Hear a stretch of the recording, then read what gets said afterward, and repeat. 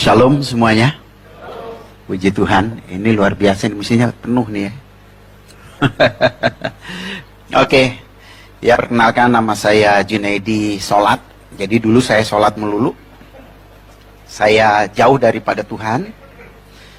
Dan saya dulu cuma taunya Yesus ini adalah manusia. Kalau di agama saya namanya Isa Al-Masih. Ya, dan dia statusnya hanyalah nabi. Dan bahkan di dalam surat Ali Imran 57 itu nggak beda sama Musa, nggak beda sama Muhammad, nggak beda sama Adam gitu kalau di ajaran saya dulu. Dan saya nggak pernah mimpi menjadi seorang Kristen karena pegangan saya dulu adalah surat Ali Imran ayat 19, Inna dina indallahi Islam, agama yang diridhoi Allah hanyalah Islam, di luar Islam tidak ada agama yang diridhoi Allah. Dan dalam hati saya berjanji hidup mati saya tetap Islam apapun yang terjadi. Itu rencana manusia. Tetapi rencana Tuhan beda. Dan Tuhan maunya saya jadi pengikutnya. Ya. Jadi Tuhan maunya saya jadi pengikutnya, maka dia kejar saya. Jadi saya memang nggak mau. Cukup lama saudara, saya bergumul 2 tahun. Itu tahun 80-an saya bergumul. Selama 2 tahun, kalau Jumat saya ke masjid, kalau Minggu saya ke gereja. Ya, Tuhan itu memanggil itu hanya dengan satu kalimat yang misterius. Dia cuma berkata begini, carilah kebenaran, kamu akan diselamatkan. Nah, saya berpikir ya kebenaran itu Islam, yang lain itu nggak benar. Ya, dan saya sepelekan kata-kata itu, tetapi herannya kata-kata itu terus berkumandang di hati saya. Ya, berkumandang. Berhenti-berhenti itu kalau saya sholat doang. Habis sholat, suara itu nongol lagi. Terus begitu. Dan saya pikir saya mulai tertarik dengan kekristenan. Kenapa? Karena agama Islam, agama yang paling dekat sama Islam. Sama-sama ada Musa, sama-sama ada Daud, sama-sama ada Yusuf.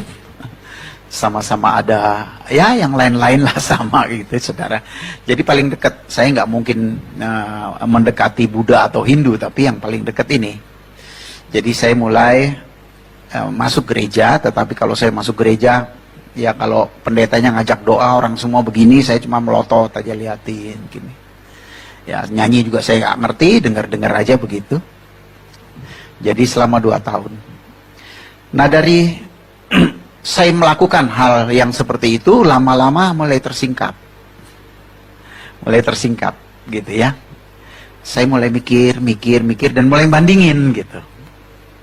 Antara Kristen dan Islam ini. Nah, saya perhatikan. Dan saya mulai tertarik dengan kekristenan. Ya, saudaraku. Jadi saya melihat, saya membandingkan begini. Kalau dulu saya mau sholat saja sulit. Artinya saya harus ambil air wudhu, lalu saya harus masuk masjid, harus buka sepatu atau sendal. Kalau sendalnya bagus nanti pulang bisa hilang gitu. Ya, dan saya kadang-kadang pakai aja sendal orang lain yang pikirin amat gitu. Nanti kalau saya sholat misalnya 4 rakaat, udah 3,5, tinggal setengah lagi, kentut, batal. Nyenggol perempuan, batal. Syaratnya cukup berat, bahasanya harus Arab, ngadepnya harus ke barat. Nah, saya lihat orang Kristen kok masuk gereja ada yang pakai sendal, ada yang pakai sepatu, ya, lalu ada yang mandi, ada yang nggak mandi, gitu. Ya nyanyi sambil kentut nggak apa-apa, gitu kan, ya, ngadepnya boleh kemana aja. Nah, saya ambil kesimpulan kok Kristen gampang ya.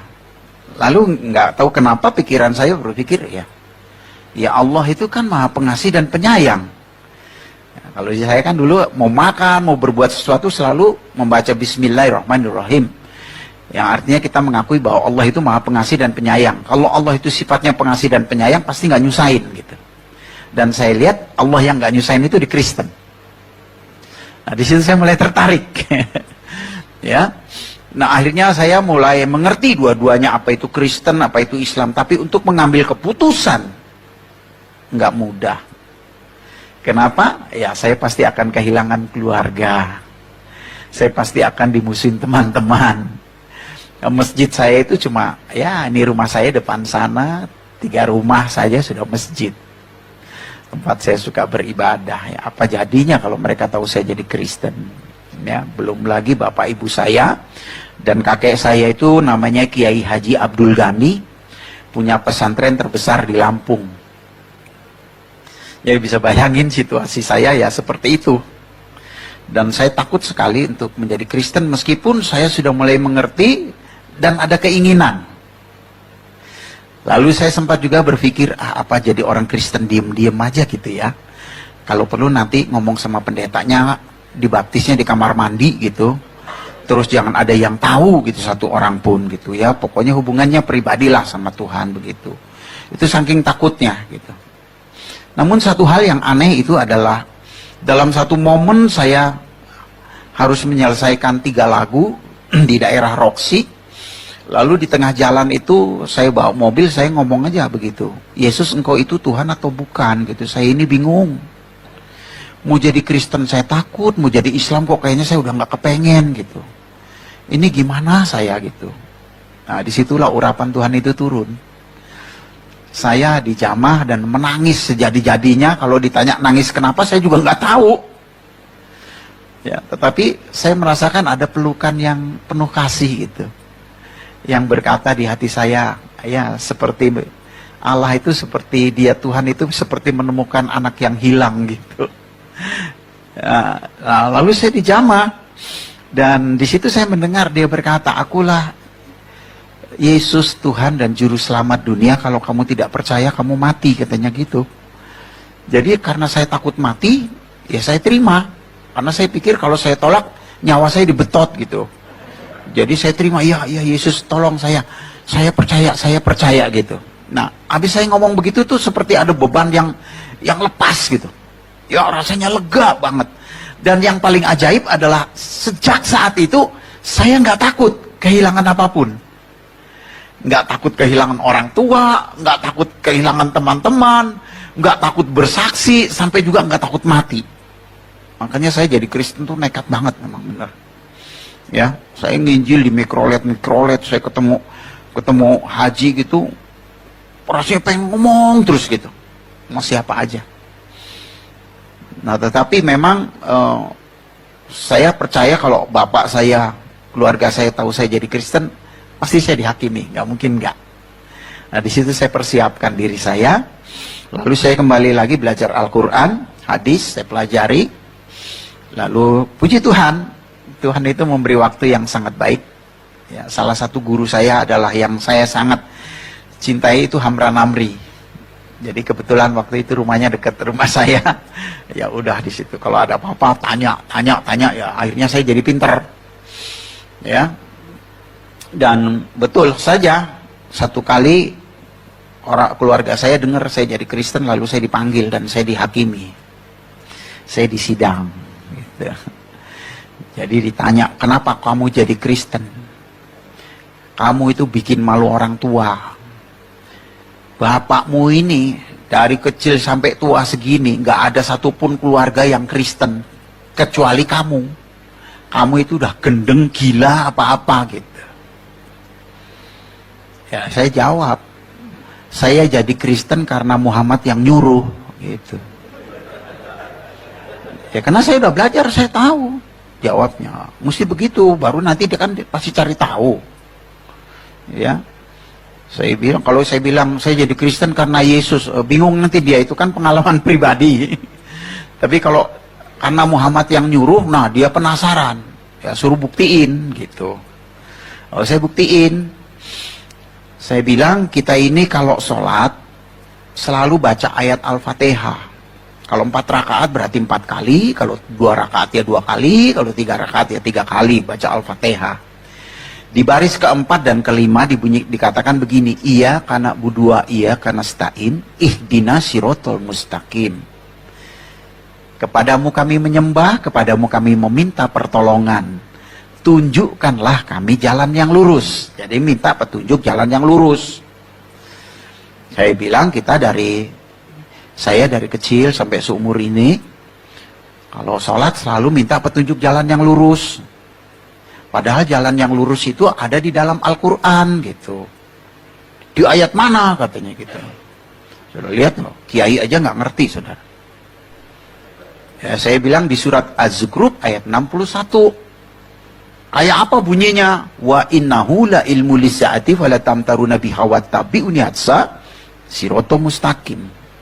Sesungguhnya Isa Al-Masih benar-benar memberitahukan hari kiamat. Janganlah kamu ragu-ragu tentang hal itu, ikutlah kepadanya karena dialah jalan yang lurus. Jadi ya, jalan yang lurus itu Isa Al-Masih, saya bilang, bukan Muhammad. Saya bilang, kalau ada satu ayat aja Muhammad berkata, akulah jalan yang lurus, saya nggak mungkin ikut Isa Al-Masih, saya bilang. Gitu. Nah, di situ debat lagi. Kamu perhatiin ayat ini, katanya di sini, nya ini huruf besar bukan huruf kecil, ikutlah kepadanya. Nya di sini yang dimaksud Allah. Kamu boleh percaya Isa Al-Masih, tapi jangan jadikan dia Allah, karena Allah sama Isa Al-Masih beda, katanya begitu. Nah, saya kasih tahu lagi dalam surat Luqman, ya, surat yang ke-34 ayat 4 dikatakan, yang tahu hari kiamat adalah Allah. Jadi surat Luqman berkata yang tahu hari kiamat Allah. Surat Az-Zukhruf yang tahu hari kiamat Isa Al-Masih. Kalau gitu Isa Al-Masih dan Allah itu sama-sama tahu, gitu. Kan nggak ada satupun yang tahu hari kiamat itu kapan, kecuali Allah dan kecuali Isa Al-Masih. Lalu terjadilah debat dan akhirnya bapak saya nyerah dan saya diusir. Tadinya saya mau dibunuh juga itu, tapi saya diusir dan tidak diakuin sebagai anak. Ya, itu yang terjadi. Dan akhirnya dia kasih tahu sama semua keluarga, dan nggak boleh ada yang terima saya. Tapi saya bersyukur kesaksian itu cukup lama dan banyak yang mendengar. Dan 7 tahun kemudian bapak saya tiba-tiba ketemu saya. Dia datang ke rumah sore hari. Saya terkejut waktu itu, saya dari luar. Nah, saya bilang, bapak kapan datang? Dari tadi pagi katanya. Ada apa pak? Saya mau cium tangannya, biasa kan kalau kita cium tangan gitu. Dia tepis, gak usah katanya gitu. Terus saya bilang, ada apa pak kesini? Mau ngomong katanya. Ngomong apa? Ngomongin agama katanya. Lo kan dulu udah, aku tambah bingung katanya gitu. Ya saya bilang, ya jangan bingung-bingung pak. Saya bilang Yesus itu juru selamat, Isa Al-Masih itu juru selamat. Nabi banyak pak, tapi juru selamat cuma satu. Kalau nggak punya juru selamat gimana? Wah, dia bongkar-bongkar lagi ayat dan kita akhirnya dialog. Sampai akhirnya dia bilang, gimana caranya jadi Kristen? Gitu. Saya bilang ya gampang lah pak jadi Kristen mah. Gimana panggil pendeta? Nggak usah, saya aja gitu. Ya bapak ikutin doa saya, ikutin doa. Terus saya bilang, maaf ya pak, aku boleh tumpang tangan di kepala? Ya boleh, boleh, silakan aja gitu. Tumpang tangan, saya doakan dan dia terima Yesus saat itu dan dia menjadi Kristen. Dan saya bersyukur sejak saat itu keluarga saya satu persatu mulai menjadi orang percaya. Ya.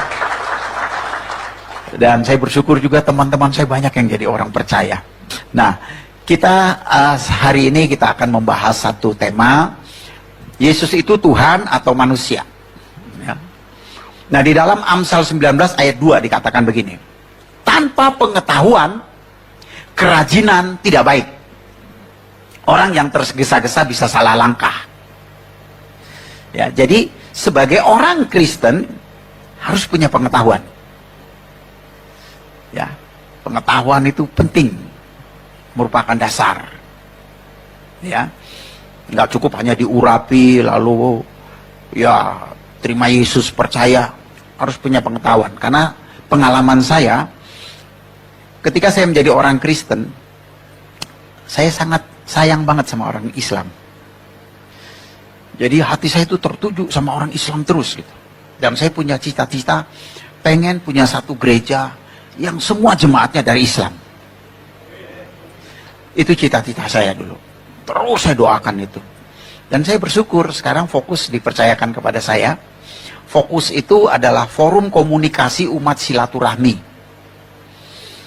Dan semua jemaatnya 80% dari Islam.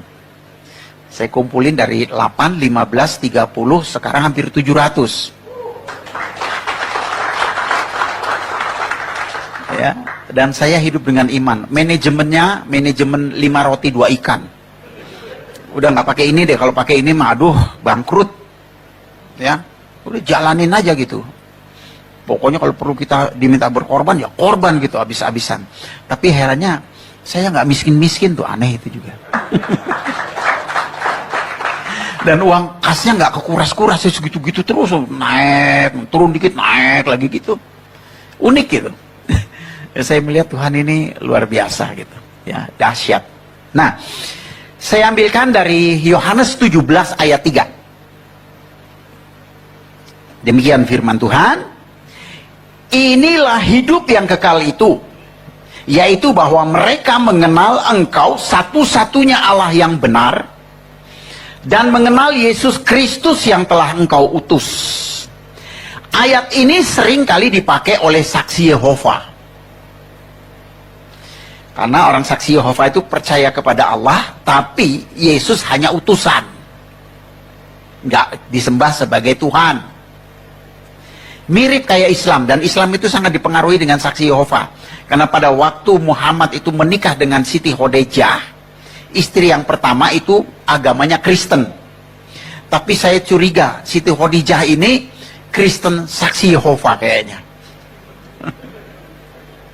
Iya, karena memberi pengaruh yang kuat sama Muhammad ini. Nah, Muhammad juga begitu, percaya Allah dan Muhammad itu utusan gitu. Jadi dia buat sebuah agama yang seperti itu. Ya, nah Alkitab di sini jelas menulis, ini adalah doa Yesus. Inilah hidup yang kekal itu. Kira-kira gini. Inilah kalau orang mau masuk sorga gitu. Ya, yaitu bahwa mereka mengenal Engkau satu-satunya Allah yang benar. Ini yang pertama ya. Mengenal Engkau, saudara, kita semua sulit sekali bisa mengenal Allah. Tapi kita bisa mengenal Allah kalau Allah lebih dahulu memperkenalkan dirinya. Ya. Jadi memang seperti itu. Mungkin kita semua kenal Jokowi, Presiden Indonesia. Tapi secara pribadi kita mengenal dia sulit. Tapi kalau dia mau mengenal kita gampang sekali. Dia cari aja kita pasti ketemu. Dan kita senang kali dicari. Apalagi diteleponin dulu. Jokowi telepon, Junaidi, gue mau ketemu lu, makan yuk gitu. Oh seneng banget saya itu. Nah saudara pasti gitu. Ya. Nah sama. Jadi memang bukan kita yang mencari Allah, Allah yang mencari kita. Bukan kita yang memilih dia, tapi dia yang pilih kita. Jadi saya dipilih Tuhan, saya bersyukur sekali. Berterima kasih banget Tuhan pilih saya. Kalau enggak ya kacau ya saudara. Saya bayangin kalau saya mati di Islam. Orang Islam tuh kalau mati dibikin permen saudara. Dipocongin, tuh kayak permen itu kan. Ikat atas, ikat bawah. Telanjang bulat lagi. Udah gitu kepalanya dipeluntir ngadep ke Mekah. Karena kiblat mereka kan ke Mekah. Beda sama kita, kalau kita mati pakai jas, keren. Ngadepnya ke atas, kan surga di atas, masa di samping. Betul nggak? Dan kita pakai pakaian pesta, keren loh. Kalau dia kan pocongin telanjang bulat gitu gimana? Apa bisa ketemu Tuhan dengan telanjang? Kita ketemu Jokowi pakai kolor aja nggak diterima. Ya kan? Itu satu gambaran. Kenapa kita kalau meninggal itu dipersediakan sedemikian rupa? Ya, di peti mati, ngadepnya ke atas. Wow, luar biasa. Jadi saya pikir-pikir untung saya nggak, ya, saya dipilih oleh Tuhan. Kalau nggak dipilih, waduh, mau kemana ya saudara? Sulit loh saudara, nggak gampang loh orang percaya Yesus itu. Saya kalau boleh sombong sedikit, nggak pernah saya ngobrol sama orang Islam, entah itu kiai, entah itu ustadz, bisa menang sama saya. Saya berani taruhan, lu kalau menang, gua nggak sembah Tuhan lagi, lu yang gua sembah. Nggak ada yang bisa menang, saudara. Biar kalah, belum tentu jadi Kristen. Betapa beruntungnya kalau saudara jadi Kristen. Makanya orang Kristen itu jangan cuma percaya Yesus, harus bangga punya Yesus. Saya bangga banget jadi orang Kristen, dipilih Tuhan. Wow. Ya, kalau saya boleh memilih, saya nggak pengen jadi Kristen. Jangankan masuk gereja, nginjek tanah gereja aja haram. Apalagi masuk gereja. Tapi Tuhan pilih saya. Dia panggil saya. Saya dijadikan orang percaya. Saya diajar, saya dituntun. Saya bersyukur, memang berat saudara ikut Tuhan. Tahun pertama sampai tahun ke-8 saya bangkrut, saudara, nggak punya apa-apa. Ditinggalkan keluarga, dimusuhin teman-teman, bokek, mobil tinggal satu hilang. Hilangnya di gereja lagi. Betul-betul. Saya kadang-kadang waktu itu kalau masuk gereja, aduh, orang gereja enak-enak banget nyanyinya. Kiri kananku ada Tuhan, sekelilingku ada Tuhan. Kalau saya lebih cocok nyanyinya, kiri kananku ada hutang, sekelilingku ada hutang. Karena saya makan aja harus hutang. Pimpit utang-utang di warung. Sulitnya luar biasa. Tapi saya bersyukur, 8 tahun cukup ujian. Sekarang saya sudah melayani Tuhan 34 tahun. Dan Tuhan sangat berkati hidup saya. Ya, kondisi saya dalam keadaan miskin, didatengin keluarga. Mereka ngelewein semua. Lu si murtad, lu si jadi orang kafir, makanya lu dikutuk sama Allah. Sekarang kelihatan kan, lu miskin melarat, ntar lu masuk neraka. Bukan cuma neraka, keraknya neraka. Tapi saya tetap bertahan. Kenapa, saudaraku? Ada sesuatu yang luar biasa ikut Yesus. Biarpun saya susah, tapi iman saya nggak rontok gitu loh. Tetap aja. Bahkan banyak pujian di hati. Biarpun saya ngutang kiri kanan sulit gitu. Tapi damai sejahtera itu tetap ada. Tenang, damai, dan punya iman yang sangat yakin punya masa depan yang baik. Dalam keadaan susah, melarat, ya begitu yang saya alami. Ya, sekarang saya sudah melayani Tuhan 34 tahun. Saya tidak kekurangan suatu apapun. Bahkan kalau boleh saya agak sedikit bermegah, tidak ada keluarga saya yang lebih kaya dari saya.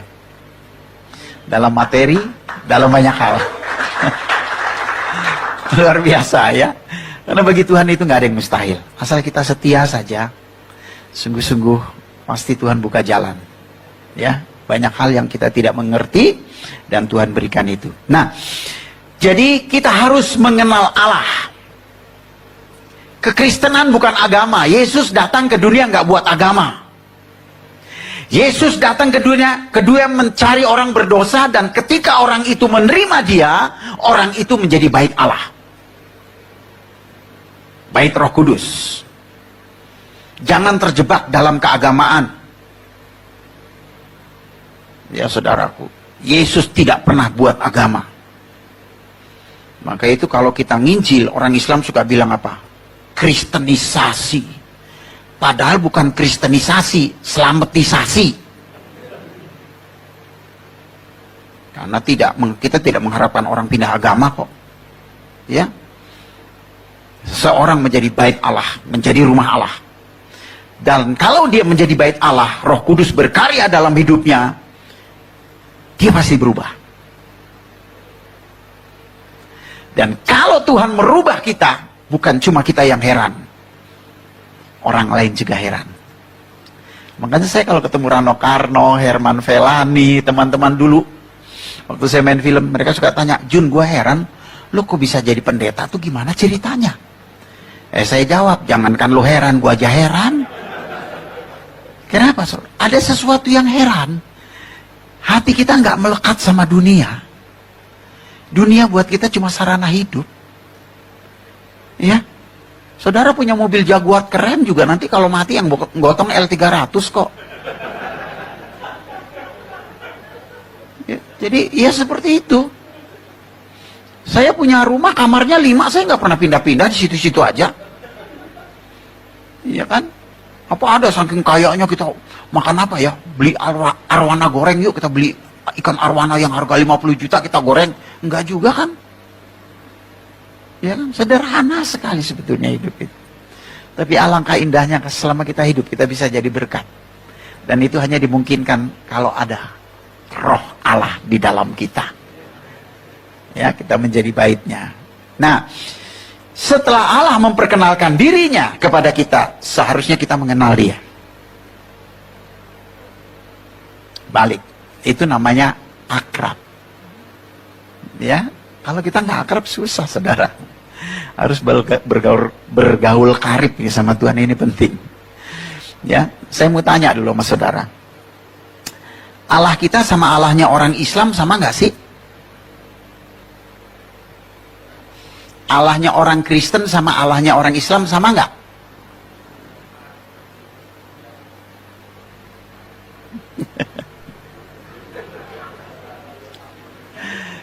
Kalau begitu masih banyak yang nggak kenal Allahnya ini.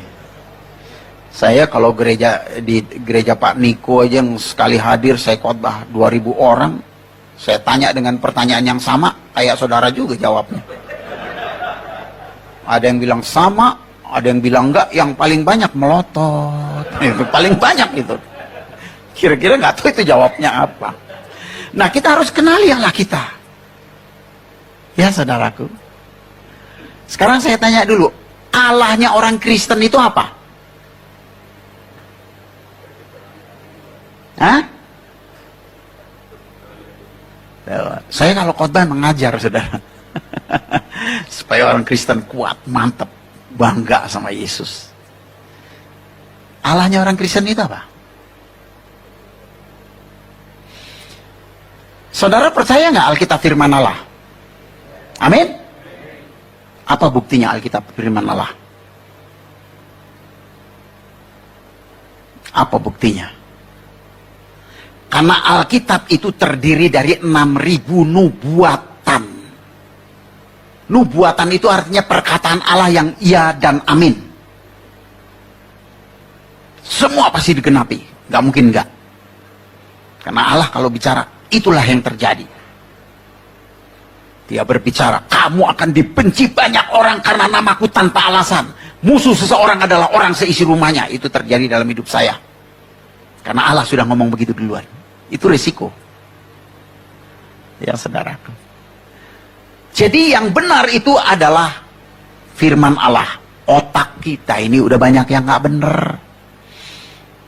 Kenapa? Udah terkontaminasi dengan mikirin duit, rumah kontrakan, ya saudaraku, ya usaha. Jadi kadang-kadang Alkitab nggak jadi standar, saudara. Orang Kristen, Alkitab harus jadi standar.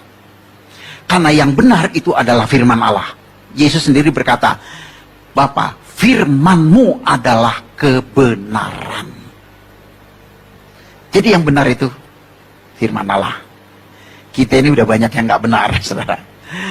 Nah, karena itu sebagai orang Kristen, kalau kita ditanya, harus kembali kepada Alkitab. Itu pasti benar. Nah, apa kata Alkitab? Apa Allah itu? Yohanes 1 ayat 1. Pada mulanya adalah firman. Firman itu bersama-sama dengan Allah, dan firman itu adalah, kalau gitu Allah itu apa? Firman. Kan gampang kan? Ditanya jawabnya ini pasti benar. Yohanes 4 ayat 24. Silakan dibuka. Allah itu roh. Jadi konsep keilahian atau kealahan orang Kristen, Allah itu adalah firman, Allah itu roh. Jangan salah, saudara. Kenapa banyak orang Kristen seringkali bilang sama? Karena dia terkecoh dengan katanya. Tulisannya A-L-L-A-H. Orang Arab juga tulisannya begitu, A-L-L-A-H. Cuma dia membacanya, ngejanya beda sama kita. Kalau kita cukup Allah gitu. Kayak bercanda sama teman aja, Allah lu gitu aja tersinggung gitu ya. Kayak begitu, ringan gitu. Bacanya itu ringan. Tapi kalau mereka itu terpengaruh dengan bahasa Arab. Jadi nggak ringan, Allah. Nah gitu. Nah, dengan pengetahuan itu kita mengerti, oh. Kalau pinter, oh nggak mau. Ya, untuk pinter kan kita perlu belajar. Korek tuh. Orang Islam itu rata-rata, saudara, 90% di Indonesia itu bodoh semua. Saya kalau ketemu, Pak, Islam itu artinya apa? Oh, Islam itu singkatan, Pak. Isya, subuh, lohor, asar, maghrib. Jadi itu. Sembarangan aja gitu. Pak, kalau singkatan bukan Islam, Pak. Izam. Karena tidak ada lohor, yang ada zuhur. Bapak tahu nggak artinya izam? Nggak tahu. Izam itu artinya kejahatan umum. Kalau Islam itu artinya tunduk kepada Allah. Bapak udah tunduk belum? Maksudnya, pernah ninggalin sholat nggak? Ya pernah. Tahu hukumnya? Nggak tahu. 1 kali meninggalkan sholat, hukumannya 10.000 tahun masuk neraka. Makanya Saifuddin kan bilang di YouTube, saya mah nggak sanggup jadi Islam, katanya. Kenapa? Iya, 1 kali ninggalin sholat 10.000 tahun di neraka, mana kuat gua. Ada di sini yang nggak ninggalin sholat, diem aja semua, karena semua pasti udah ninggalin sholat. Nggak ada yang mungkin 1 hari 5 kali, itu pasti ada yang lalai. Ya saudaraku, itu contohnya. Jadi Islam itu artinya tunduk kepada Allah. Dan sebetulnya orang yang tunduk itu Kristen. Kenapa saudaraku? Karena Allah kan membuat keputusan supaya orang masuk surga harus lewat juru selamat. Dikasih juru selamat. Kan gampang banget sebenarnya ya. Ya kan? Tapi dia nggak tunduk. Yesus datang ke dunia itu kan keputusan dari Allah. Dia datang ke dunia itu kan keputusan dia. Cara dia bukan cara kita. Ya kan? Jadi yang kita ini sudah tunduk kepada Allah. Dan memang tanpa Yesus kita nggak akan bisa tunduk. Makanya doktrin kita Bapa, Anak, Roh Kudus. Roh Kudus itu menolong, menghibur, membimbing, memberi taufik hidayah. Kalau mereka nggak bisa masuk surga, mereka bilang masuk surga itu harus lewat jembatan Sirotol Mustaqim, yaitu sebuah jembatan yang terbuat dari rambut dibelah 7, nggak dibelah aja kepleset. Oh, dibelah. Orang Kristen, jangankan dibelah 7, dibelah 1000 tetap bisa ke surga. Kenapa? Karena ada Roh Kudus yang menolong. Tanpa Roh Kudus nggak bisa. Nggak bisa, saudara. Sulit. Ya, siapa di sini yang udah lahir baru nggak pernah jatuh? Pernah, semua jatuh. Dari perkataan, dari pikiran, dari jengkel segala macem, ngomongin orang, jatuh. Tapi kita ada Roh Kudus, biar jatuh nggak akan tergeletak, dituntun lagi, diingetin lagi. Itu hebatnya Roh Kudus. Ya, dia yang akan terus menolong kita sampai kita tiba di tempat Bapa di surga. Nah, Allah kita itu adalah firman, Allah kita itu adalah roh.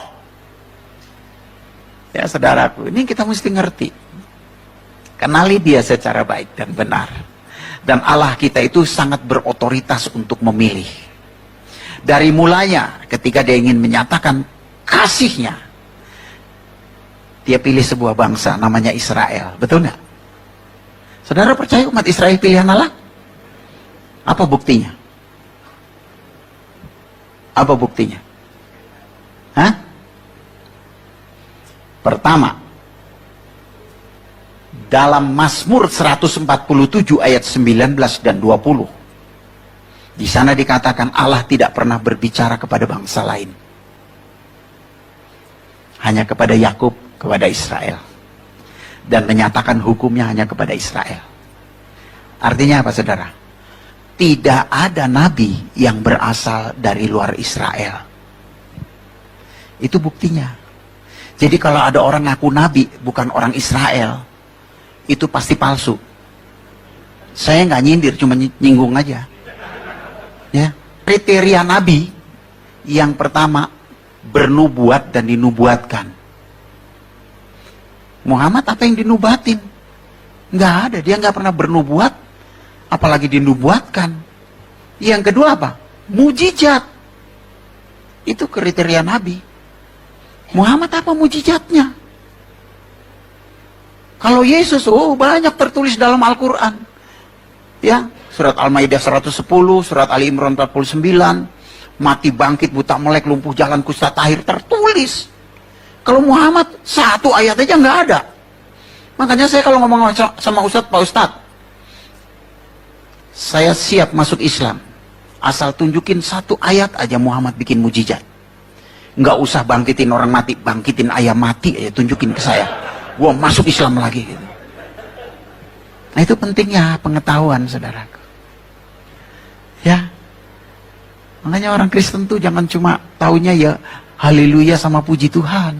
Saudara tahu cerita itu? Hah? Ada dua pemuda, senangnya naik kuda, saudara. Hobi kuda. Satu kali yang satu beli kuda baru, yang satu pengen nyoba. Dia bilang, wah keren banget kuda lo, boleh gua coba? Silakan. Ya, mulai naik. Hus, hus, hus. Nih kuda diem aja. Kuda lo gue khususin kamu jalan deh. Ini kuda lain katanya. Cara jalannya gampang, lu mesti bilang puji Tuhan. Lu bilang puji Tuhan, dia pasti jalan. Makin teriak puji Tuhan, makin kenceng dia. Terus berhentinya gimana? Haleluya. Oke deh, katanya. Dia mulai. Puji Tuhan. Kelepak, kelepak. Bener lah jalan. Puji Tuhan. Kelepak. Puji Tuhan. Wah, kenceng banget. Wih, keren. Dia bilang, puji Tuhan. Di depan ada jurang, saudara. Duh, kaget tuh. Dia teriak, haleluya. Berhenti, shoot. Puji Tuhan. Puas masuk. Orang Kristen mesti punya pengetahuan. Amin. Jangan cuma bilang haleluya puji Tuhan. Jadi yang pertama, Israel umat pilihan yang pertama adalah tidak ada nabi yang berasal dari luar Israel. Yang kedua, umat Israel itu umat yang paling pinter. Siapa yang bikin listrik? Israel. Siapa yang bikin pesawat? Israel. Siapa yang bikin komputer? Israel. Siapa yang bikin telepon? Israel. Siapa yang menemukan ilmu kedokteran? Israel. Siapa yang bikin mesin jahit? Israel. Siapa yang bikin mesin diesel? Israel. Itu yang canggih-canggih itu Israel, saudara. Arab bikin apa? Obat kuat.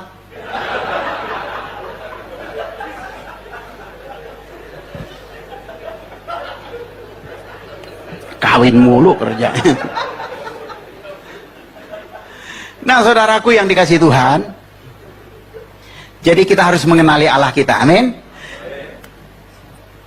Yang kedua, kenapa Yesus itu disebut Tuhan? Karena dia firman dan roh. Gitu.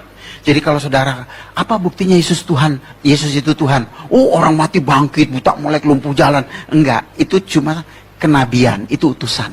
Tugas utusan, tugas nabi. Tapi Allah itu sendiri adalah firman dan roh. Makanya kalau nerangin sama mereka, apa buktinya Yesus Tuhan? Karena dia adalah firman dan roh. Kan di Al-Quran juga disebut, Isa fa'inahu rohullah wa kalimatuhu. Sesungguhnya Isa adalah roh Allah dan firman Allah. Itulah ketuhannya, ketuhanannya. Di sana seringkali dia juga disebut Isa kalimatullah, Isa rohullah. Itulah ketuhanannya. Karena Allah itu roh, Allah itu firman. Jadi kalau dia bilang, itu kan Kristen. Enggak, Islam juga yang ngajarin. Kamu buka aja surat Al-Maidah 44-47. Di sana dikatakan, pengikut Injil harus memutuskan segala perkara sesuai dengan Injil. Quran lu aja nyuruh kok. Ya, jadi gitu. Benar gitu loh, saudaraku. Oleh sebab itu, saudaraku, kenapa Yesus disebut Tuhan? Itu karena dia adalah firman dan dia adalah roh. Sebagai manusia pun dia unggul. Ya, ini yang terakhir. Di tengah dunia kita hidup, itu ada 3 agama samawi, agama wahyu. Yang pertama Yahudi, yang kedua Kristen, yang ketiga Islam. Masing-masing punya pemimpin. Yahudi itu yang mimpin Musa. Kristen Yesus, Islam Muhammad. Nah, kita bandingin nih pemimpin kita nih. Musa, pertama, dia lahir bayi dibantai. Yesus lahir bayi dibantai. Karena itu ada kesamaan. Musa berkata, seorang nabi yang sama seperti aku akan dibangkitkan di antara saudaramu, katanya. Ya, Keluaran 18. Jadi sama seperti Musa. Di mana samanya? Sama-sama ada bayi dibantai. Muhammad lahir, kambing yang dibantai. Nggak ada bayi dibantai. Yang kedua, Musa bermujizat. Yesus bermujizat. Muhammad nggak ada mujizatnya. Yang ketiga, Musa dipakai oleh Allah untuk membebaskan umat pilihan dari perbudakan Mesir. Yesus dipakai oleh Allah untuk membebaskan manusia dari perbudakan dosa. Muhammad dipakai apa? Budakin orang, iya. Ya, ini kita mesti ngerti loh ini. Jangan sampai gampang-gampangan nanti anaknya, Pak, aku jatuh cinta sama Ustadz. Boleh nggak Pak aku ikut dia? Oh boleh, yang penting berbuat baik. Masuk neraka. Jangan bilang sama, beda, jauh. Musa jatuh dalam dosa nggak? Jatuh dalam dosa. Yesus? Tidak. Muhammad? Nggak usah diomongin. Sampai sekarang pengikutnya nyembelihin orang mulu. Ya, kenapa Musa jatuh dalam dosa? Kenapa, saudara? Karena rohnya adalah roh ciptaan, roh insani, roh muhadat kalau bahasa Arab. Seperti yang Yesus katakan dalam Zakaria 12, firman Tuhan katakan Zakaria 12 ayat 1, Allah menciptakan roh manusia. Yesus, dia tidak jatuh dalam dosa. Kenapa? Karena rohnya adalah roh Allah. Itu bukan cuma di Alkitab, di Al-Quran juga dikatakan. Maryam 19 ayat 19, Yesus manusia yang tidak berdosa. Dalam hadis juga begitu. Satu-satunya manusia suci, tidak berdosa adalah Isa Al-Masih. Ya, hadis Bukhari, jilid 4, halaman 1493. Kalau dalam Injil, 1 Petrus 2 ayat 22. Yesus tidak pernah jatuh dalam dosa. Nah, itu kehebatan Yesus. Jadi jangan kita pikir, oh dia datang dari sorga ke dunia menjadi manusia sama dengan kita. Tetap nggak sama. Kita manusia berdosa, dia tidak pernah berdosa. Jadi pemimpin kita paling keren. Amin. Tuh saya punya pemimpin kayak gitu, wah udah saya nggak ada lawan itu. Jangan pindah ke lain hati, rugi loh. Itu luar biasa Yesus itu ya. Jadi ini 3 hal. Kenapa Yesus disebut Tuhan? Karena rohnya adalah roh Allah. Seperti yang dia katakan dalam Lukas pasal 4 ayat 18. Roh Tuhan ada padaku. Sampai kita nggak ngerti ya. Makanya Filipus bilang begini. Yesus tunjukkanlah Bapa itu kepada kami, itu sudah cukup bagi kami. Yohanes 14 itu ayat 8. Ayat 9-nya Yesus bilang gini. Astaga Filipus, udah sekian lama kau bersama-sama aku, kau tidak kenal aku. Ampun dah. Nggak percaya loh, aku dan Bapa adalah satu. Bapa di dalam aku di dalam Bapa. Ya saudara, itu Allah kita. Yesus adalah Tuhan, karena dia apa? Rohnya, roh Allah. Dan dia adalah firman yang hidup. Ya, lewat firman Tuhan ini, saya percaya saudara diberkati, dan kerinduan saudara jadi berkat bagi banyak orang. Ngomong sama orang Islam gampang saudara. Ya, pegang aja surat Al-Maidah 68. Ya, gampang. Bunyinya begini. Ini kalau Arabnya nggak usah lah dipikirin ya. Tapi saya sebut aja. Kul ya ahlil kitabil lasum ala sayyin hatta tuqimu taurata wal injila wa ma unzila ilaikum min rabbikum. Hai ahli kitab, kamu tidak dipandang beragama sedikit pun jikalau kamu tidak menegakkan Taurat dan Injil. Ya, ahli kitab banyak kan kitab, ada kitab Quran, ada kitab Weda, ada kitab Tripitaka, ya kan? Masing-masing ada ahlinya kan? Tapi ahli saja kalau tidak menegakkan Taurat dan Injil tidak disebut orang beragama. Itu Allah mereka bilang. Jadi kalau orang nggak beragama apa namanya? Kafir. Oh, mereka kan suka kafir-kafirin kita, nggak usah takut. Kalau dibilang kafir, puji Tuhan. Kenapa? Karena kafir itu artinya kaya akan firman. Itu saudara ya. Nah saudaraku, biarlah lewat apa yang sudah saya sharekan, apa yang saya nyatakan, membuat saudara semakin bangga punya Yesus. Amin. Saya nggak peduli saudara gerejanya di mana, tapi mari kita sama-sama ikut Yesus dan jadi berkat bagi banyak orang ya. Lewat kehidupan kita banyak orang bisa